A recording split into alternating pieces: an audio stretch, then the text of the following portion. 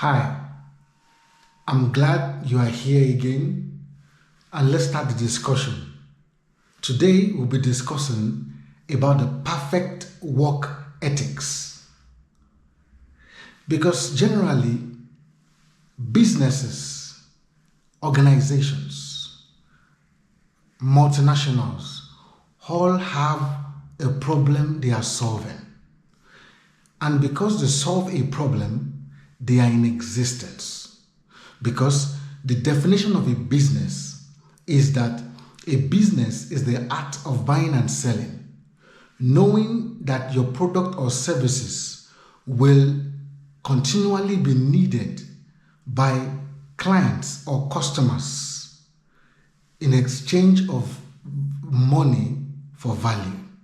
So that means that there's a product and service that is benefiting certain clients, and they have to come back over and over again to benefit from the solution which the business is giving.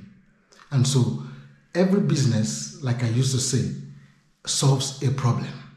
So if you are on a job, you are definitely solving a problem.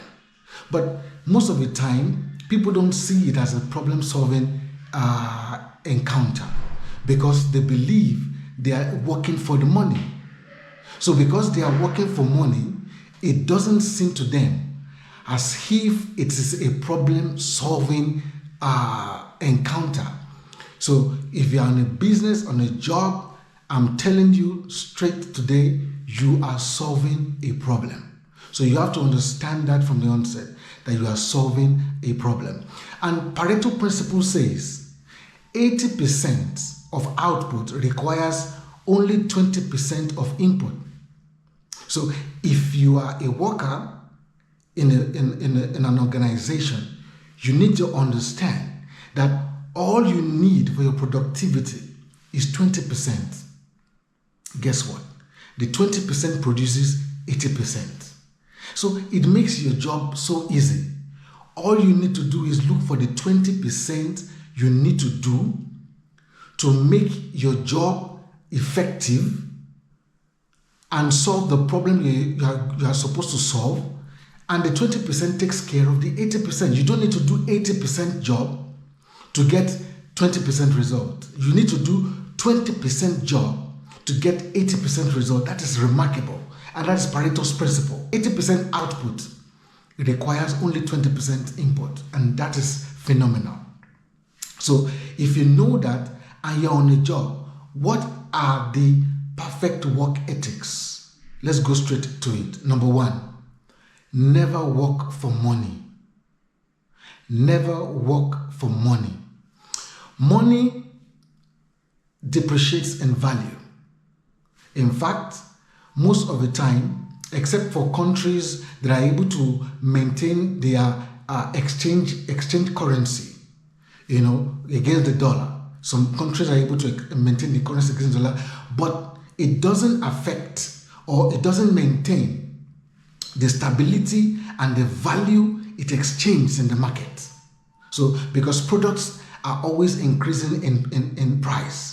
So what you bought last 10 years ago is not the same price as today, most of the time everywhere. So the money you are earning right now in 10 years would be so annoying to you if you do not do what I'm about to tell you today. So do not work for money. Money is not stable. You cannot trade money, because you cannot trade money in that essence. Because as you are paid and you go to the market, your money is gone, because the value keeps depreciating. But what you need to do is to work for knowledge. And knowledge is the facts, information, skills acquired through experience or education. Now, in this scenario, I'm talking about experience. Experience on the job should give you knowledge, adequate knowledge. And with this knowledge, which are the facts, the information, and the skills required, when you have this and you're able to acquire this, you can then trade this at any time for higher value. You can trade this for higher value. So working for money should not be your priority. Money is the least reward you get for working or being on the job. So when you know that you are solving a problem, you don't work for money. You work for the knowledge you are going to get on the job. So because in every business, you need to understand that you need to understand every department, understand your role in your own department, understand the impact every department brings to the table. When you do this, you are able to maintain a concentration and a standard in your ethics, and you don't need to work for money again. Work for the knowledge, and the money will follow. Number 2, own the business. On the job where you are, I know it's not your business. I know you are on the job, but on that job that you are in, you can work like you own it. That is it's one of the ethics that will bless your life for life. Work on that job as if it is yours. Work on that job as if it's your initiative. So when you do that, all you are doing is helping your mind to expand and increase the capacity you have to solve the problem on the job. But when you work as if you are just paid to do it, then you don't bring your essence. You cannot bring your values. You cannot bring your mind into it. And whatever your mind is not into, it cannot grow. It cannot expand. It cannot have much value to you. So you need to understand that on that job that you are in, you must own it. Work like you own the business. I know you could be the receptionist, but imagine that you are the owner of that business. How will you treat the customers? Well, they say customers are always right, but I tell you, customers are not always right. The reason they say customer is always right is to help every worker to keep calm when the customer is trying to go overboard. When the customer is trying to go overboard, as a staff, you need to keep calm and thinking the customer is right, as a concept, to make sure that there is no escalation or any fight on the business or on the job. But the truth is, when you understand the fact that you own the business, when you work with the fact that you own the business, it helps you to manage even your customers very well.